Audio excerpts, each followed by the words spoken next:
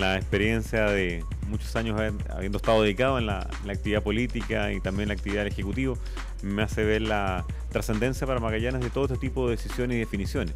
O sea, cuando hay un libro, cuando hay un esfuerzo como este, transversal, con mucha difusión a nivel nacional, es importante compartirlo acá en Magallanes, es importante acá también recibir comentarios de la realidad regional.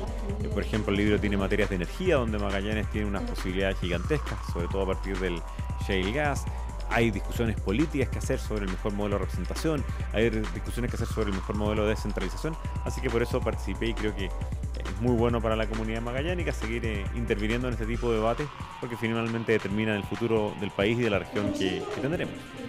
Claramente no podemos comparar, ¿cierto?, la realidad ni geográfica, ni social, ni educacional, ni en temas territoriales de distancia que tenemos con el resto de Chile. Nosotros estamos bastante más alejados y tenemos condiciones climáticas y también condiciones de oferta laboral y de estudios, digamos, de educación distinta al resto de Chile. Es importante que las regiones vayan tomando protagonismo y vayan decidiendo respecto hacia dónde quieren ir. Y qué mejor que poder decidir quién lleva los destinos de la propia región y qué proyectos se tiene respecto a esto, porque la designación implica llevar a cabo un proyecto nacional. En cambio, la elección de un intendente o un encargado del gobierno regional implica que la región tome una decisión por un proyecto.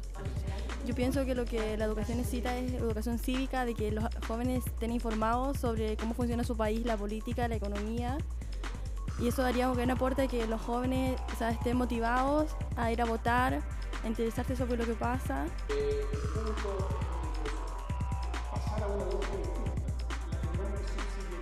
Acá se necesita tener una estrategia de desarrollo que sería mucho más fácil de implementar si el intendente fuera elegido acá en la región.